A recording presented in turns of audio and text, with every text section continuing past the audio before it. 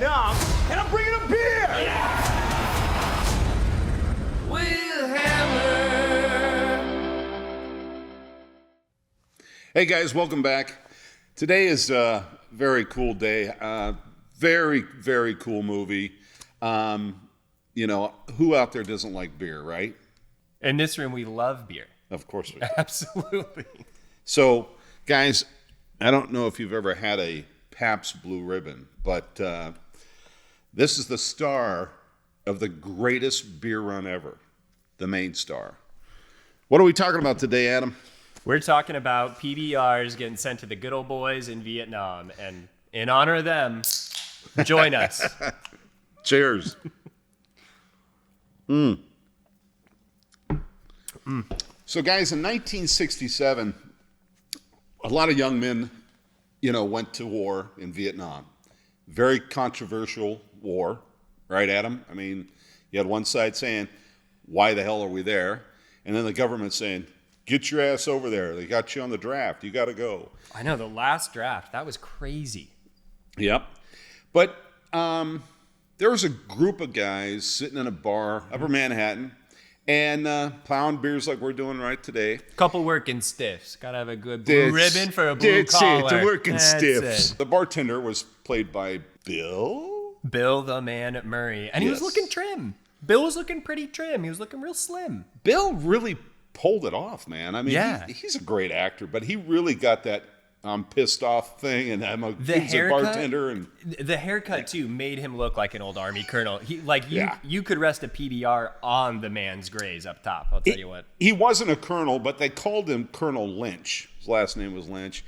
And he had all the TVs on in the bar, and all these protesters. A lot of you guys probably don't know this. There was tons of protests over the Vietnam War. Could you imagine a time in America when people protested? Oh my God! When would that really? be? It's ridiculous. Anyway, and he was sick of it, and they had 6 boys, local boys, that had went off to Vietnam, and he says he was holding a Pabst Blue Ribbon. He goes, "I would like to be able to give every one of those boys a beer."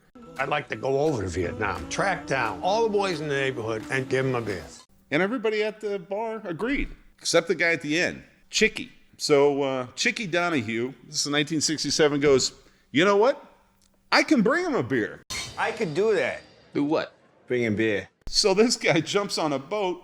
Now, there's going to be some spoiler alerts, by the way, guys. And another spoiler alert, hit that subscribe and like, okay? So he jumps on a boat, and it's an ammo boat headed for Vietnam. 17 hours later, he's on his way. Took him a couple weeks to get there, and by the time he got there, how many guys were left out of the 6? 5 of them? 4. One was killed, and one went home with malaria. But the minute he got off the boat, he noticed he's looking at his notes to see what platoon these guys are in or where they're stationed, and he looks at the MP's hat, and it's the same number as I think it was Tommy Collins. That was one of the guys. Yeah. And he gets off the boat, and Tommy walks up and he goes, Cheeky, what the hell are you doing here? I came to bring you a beer, bro, right? I mean, how cool is that? It's crazy as shit, but it's cool. I loved how when he got off the boat and started talking to his buddies that were all the MPs, and they were going through the map together, they were trying to run through how he was going to actually arrive and bring all the boys the PBRs. Being a good, working guy, he probably had his bus pass and a good thumb in the 60s, and that's how he got around. That was it, man. So he shows up thinking he's going to hitchhike to Central Vietnam. Yeah. Being a bonehead myself, I absolutely appreciate just the belief that, I'll get over there, rub shoulders with a couple fellas, and they'll know how to get me up there. Hop, skip, and a jump. We'll be cracking brews. Well, think about it. Today, there's no way in hell you could do this because the government would not let you do it. But he would just go up to the next plane and go, hey, listen, my stepbrother's in combat, and I came to see him. Mom's in bad shape or whatever he said. You know, he was just trying to basically playing the car salesman, giving him a fucking bullshit deal. And they're all like, well, okay, we'll do that. And then the guys that were cool, he actually said, I would tell you what I'm here for, but you wouldn't fucking believe me. Right? And then when he finally did tell some of these guys what he was doing, but think about it, guys. You go into a war zone, which at that time, this is before the Tet Offense, I believe. Mm-hmm. The Tet Offense is when everything really got crazy over there. But at this point in time, they thought the war was coming to an end. And that's what the government was telling all the people here in America, hey, it's almost over, the problem's done, all this crap. Because it'd been like 4 years, right? Something like that. Yeah. At least. So it started in 63. Yeah. I want to say.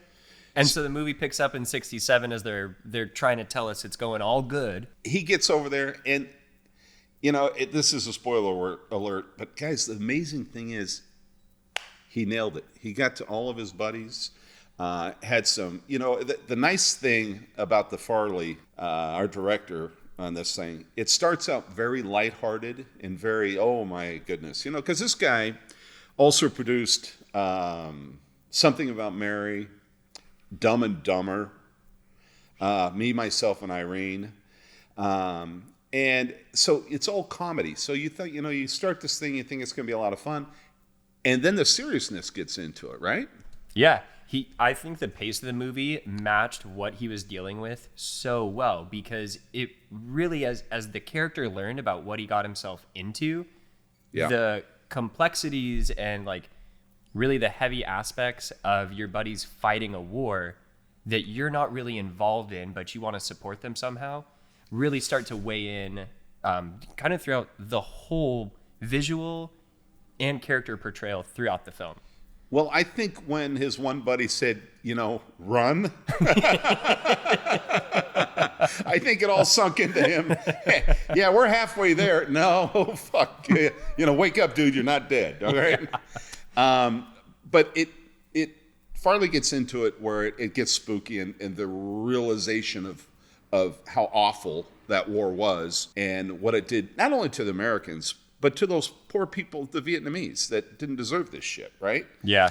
It really brings that to life. I think that what's the Graham Greene novel? Not Our Man in Havana, but The Quiet American, right? Michael Caine played his lead character. Yep. And I feel like it's kind of central in any story about Vietnam, and hopefully becomes more central to stories as we retell other wars that the United States has been in. But how that character, Oklahoma, really was like an embodiment of the Vietnamese people who were appreciating what the Americans said they were there to do. And which was bullshit. Which was bullshit. But then as you watch the movie, you'll see what happens to him really was kind of a version of the fate that was left to the folks over there as America ultimately failed in what we said we were there to do. Well, the sad thing is, and hats off, I've got a lot of my friends that were in that war, and hats off to all you military cats, man. Nothing but love and appreciation. But, the government lies to us a lot, and this was an example of that. But, getting over there and being that crazy, thinking that, oh yeah, I can just take some beer over there to my buddies, is pretty absolutely amazing. And to this day, he delivered to 4 of his buddies, and they're all still alive. They're all in their 80s, man. I mean, it's still kicking it. And they're still drinking Pabst. Blue Ribbon. Yeah. Yeah. Hey, we need a sponsor right here, Pabst. Come on, guys. Bring it on. But guys, listen, this movie's coming out. We've seen it, but this movie's coming out pretty quick, and you're going to absolutely... Zac Efron, I thought, except for his porn mustache, which everybody back then had one. You nailed it. Yeah, absolutely nailed it. I think that it was such a good role for Zac because he really got to like flex some more dramatic muscles while also still kind of having that joking persona that he had in Neighbors and a few other movies, right? Well, they had some great actors in this, but Zac, I got to tell you something.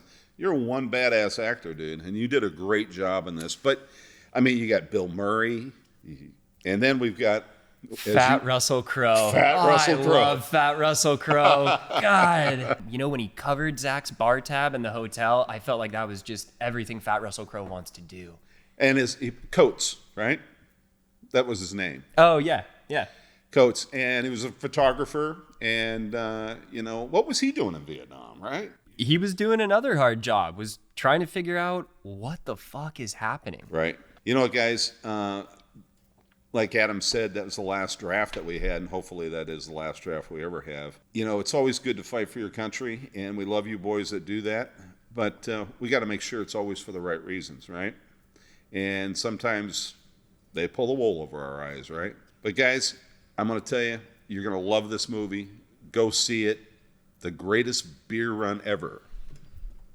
And have a Pabst while you're doing it. Love you guys. Cheers.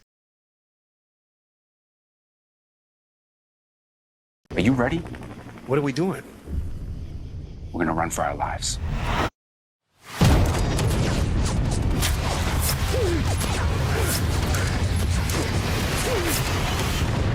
We're halfway home. Halfway? I'm Chicky Donahue, and I am not supposed to be in Vietnam.